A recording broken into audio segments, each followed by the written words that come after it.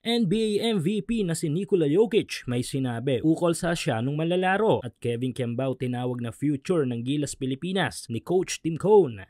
Yan ang ating mga pag-uusapan para sa video natin na ito.